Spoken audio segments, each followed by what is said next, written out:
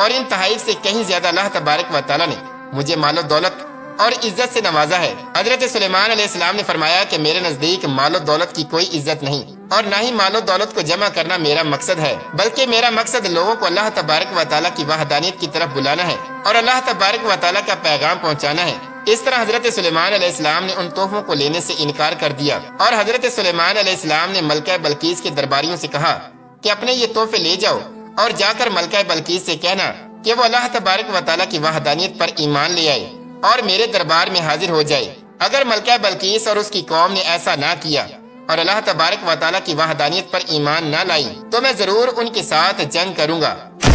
چنانچہ حضرت سلیمان علیہ السلام کے یہ جواب سن کر وہ درباری واپس لوٹ گئے اور جا کر ملکہ بلقیس کو حضرت سلیمان علیہ السلام کی عظیم الشان سلطنت اور ان کی شان و شوکت کے بارے میں بتایا۔ چنانچہ اپنے درباریوں کی یہ بات سن کر ملکہ بلقیس بہت زیادہ فکر مند ہوئی اور ایک بہت بڑے لشکر کو لے کر حضرت سلیمان علیہ السلام کی طرف روانہ ہو گئیں۔ ادھر جب حضرت سلیمان علیہ السلام کو ملکہ بلقیس کے آنے کی خبر ملی تو حضرت سلیمان علیہ السلام نے اپنے درباریوں کو جمع کیا اور ان سے فرمانے لگے کہ تم میں سے کون ہے جو ملکہ بلقیس کا تخت اس کے آنے سے پہلے پہلے یہاں پر لا سکتا ہے۔ تو اس وقت حضرت سلیمان علیہ السلام کے سامنے ایک جن کھڑا ہوا اور عرض کرنے لگا کہ یا نبی اللہ، میں دربار کا وقت ختم ہونے سے پہلے پہلے وہ تخت آپ کی خدمت میں لا کر پیش کر سکتا ہوں۔ تو حضرت سلیمان علیہ السلام نے فرمایا کہ نہیں، مجھے ملکہ بلقیس کے آنے سے پہلے پہلے وہ تخت چاہیے۔ حضرت سلیمان علیہ السلام کی یہ بات سن کر حضرت سلیمان علیہ السلام کے تمام درباری خاموش ہو گئے۔